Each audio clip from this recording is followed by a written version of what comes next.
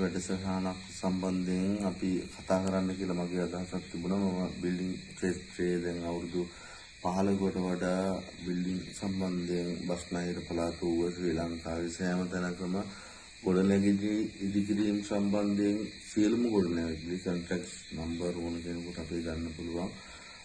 ගොඩාක් මම දැකලා තියෙනවා අපි පොඩි වැඩ කරන්න ගියහම අම්මලා තාත්තලා නිතරම කතා කරනවා ගෙවල් වල වාස්තු විද්‍යා දෝෂ තියෙනවා මහත්තයා අපිට මේක කොහොමද කරගන්න පුළුවන් අපිට මේකට කවුරු සම්බන්ධ කරන්න පුළුවන් කියන දේවල් දැන් මේ වෙනකොට මට අනන්ත අප්‍රමාණ ගොඩාක් අය ඒ කියලා තියෙනවා. ඒ කියද්දි මම කියන්නේ වාස්තු විද්‍යාව කියන්නේ අමුතුම දෙයක්. ඒ කියන්නේ වාස්තු විද්‍යා දෝෂ පිළිබඳව අපිට සියලුම දේවල් සඳහන් කරන්න බෑ. ඒ කියන්නේ ගෙදරක වාස්තු විද්‍යා දෝෂ සම්බන්ධයෙන් අපිට අද මේ වීඩියෝ එකේ දීර්ඝ වීඩියෝ එකක් කරන්න බෑ. මම කෙටි විදියට මම පැහැදිලි කිරීමක් කරන්නම්. වාස්තු විද්‍යා දෝෂ කියන්නේ ගෙදරක ඇඳක් අල්මාරියක් නිදා ගන්න තැන ටීවී එක ස්ටූල් එක ඉඳලා ඇඳුම් රැකිකේ ඉඳලා තියන්න ඕන වාස්තු විද්‍යාවේ හැටියට ක්‍රම සඳහන් කරලා තියෙනවා. නමුත් අපි වාස්තු විද්‍යාවේ හැටියට ගත්තොත් අපි ප්‍රධානම කරුණු හතරක් තියෙනවා. ඔය හතර විතරක් පැහැදිලි කරගන්න ඕන. මේක මම කෙටියෙන් සඳහන් කරන්නම්. අපි වාස්තු විද්‍යා දෝෂ පිළිබඳව සඳහන් කිරීමක් කරනවා නම් අපි ඉඩමක් මිලදී ගත් විට ඒ ඉඩම සම්බන්ධයෙන් අපි පළවෙනිම කරුණ තමයි අපි ඉඩමේ නිවසක් සාදා ගන්නා තැන අංක 1. එතන තෝරගන්න ඕනේ. ඒ අපි ඉඩම මිලදී ගත් විට ඉඩමේ ගෙදර හදන තැන තෝරගත්තට පස්සේ අංක 2 තමයි අංක 2 අපි ඒ ගෙදර අත්තිවාරම දාන්න ඕන පාද බෙදලා සුදුසු තැන ගෙදර හදන්න ඕන තැන තෝරගන්න ඕන. අංක 2. එතකොට එතන අපි මම පොඩි චූටි හැඳින්වීමක් කරන්නම්. ඊටමත් අපි මිලදී ගත්ත විට ඔක ඊටම පාද 4කට බෙදෙනවා. ඕනම වාස්තු විද්‍යාඥයෙන් ඔබතුමීකට අහලා ඔබතුමීකට හෝ අපේ අම්මකට තාත්තෙකුට සහෝදරයෙකුට දැනගන්න පුළුවන්. පාද 4යි තියෙන්නේ. පෙරේත පාදයේ, දේව පාදයේ, මනුස්ස පාදයේ, බ්‍රහ්ම පාදයේ. ඊටමක පාද 4යි තියෙන්නේ. ওই පාද 4 පමණයි. එතකොට අපි ඊටම හදන්න සුදුසුතන තෝරගත්තට පස්සේ අපි තුන්වෙනි එක තමයි අපිට ගෙදර පිටි ටික බැඳ ගන්න ඕන හරි ආකාරය තෝරගන්න ඕන. හරිද? ඒ ක්‍රමයටත් අපිට ගෙදරකට 10-5 දිනක් ඉන්නවා. ඒක මම කෙටියෙන් සඳහන් කරොත් චන්ද්‍රා රික්ත ඡායා භද්‍ර පූර්ණා කියලා. ඔතන පිටි බැඳෙන්න සුදුසු ගහයොත් නොසුදුසු ගහයොත් ඒක මම ඉදිරියේදී සඳහන් කරන්නම්. ඒක අංක 3. 4 තමයි ජනෙල් උල්වව තබනවා.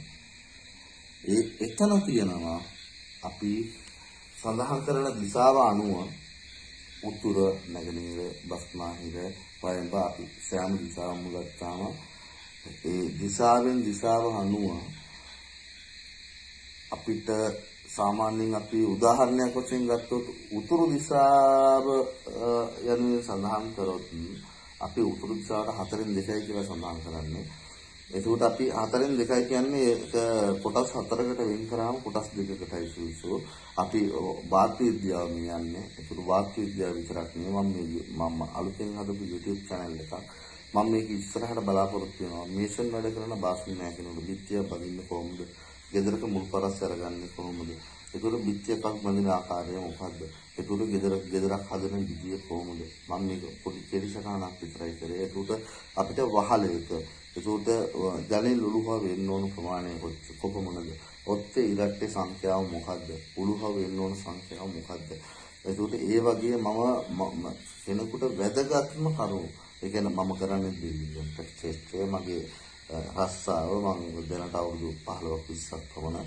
ඒකට මම කරන තැන්වල මගේ කස්ටමර්ලාගේ මම ඉදිකිරීම කරන බිල්ඩින් ගොඩනැගිලි කරන ඕනම තැනක ඒ කියන්නේ ඕනම වෙලාවක අපිට පුළුවන් කොන්ට්‍රැක්ට් කරලා දෙන්න.